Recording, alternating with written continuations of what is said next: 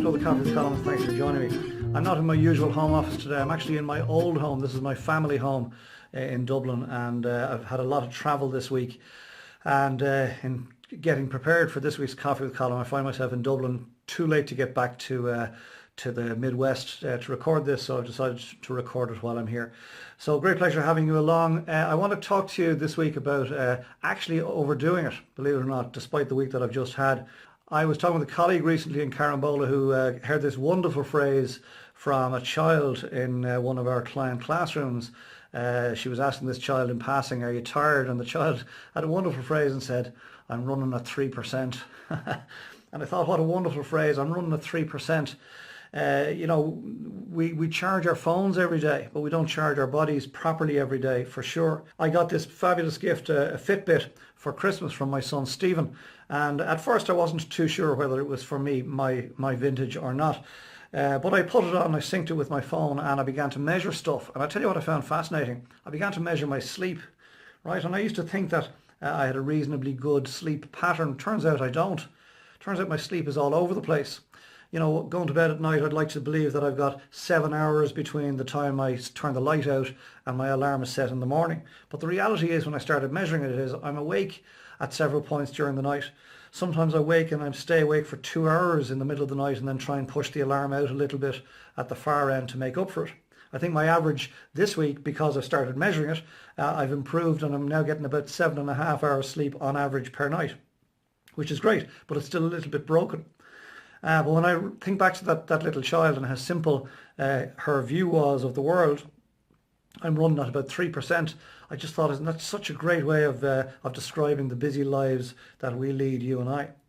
Right beside where I live, there's this wonderful tall tree, a very old tree, and it's what I call my caw-caw tree, and there are crows and blackbirds that live, I'm not sure if they share the same tree, but it's basically in the same area, the big nests up there. And the thing I found fascinating about nature, and particularly these caw-caws, is they, as soon as it gets dark, they go to bed. That's it. As soon as it gets dark, there isn't a sound out of them. And I can imagine them up there giving out. I go out to throw something in the bin late at night, and I can imagine them giving out saying, "Would your man ever shut up? If he wakes these kids, he'll know all about it."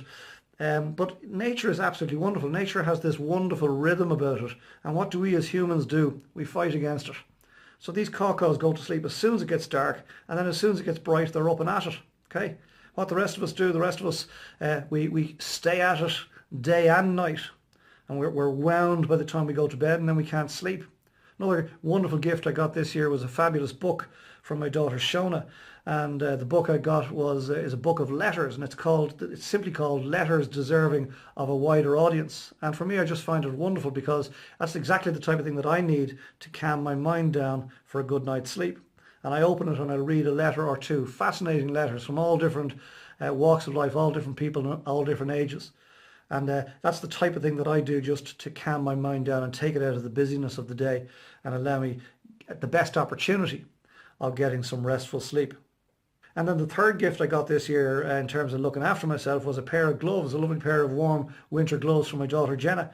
And I use those when I've got my Fitbit on and I'm measuring my walking or my cycling.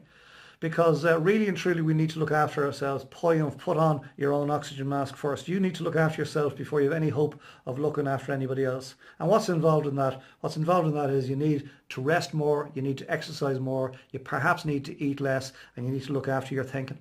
So put on your own oxygen mask first. Don't be running at 3%. Don't be running at 3%. Plug yourself in every single day. Look after yourself, and life, I promise you, will be better. And thank you for joining me for coffee. Make next week count. Get some more rest. Don't be running at 3%. I'll see you here this time next week for another Coffee with Colin. Sláinte. I really love great coffee. Talk to you soon. Bye for now.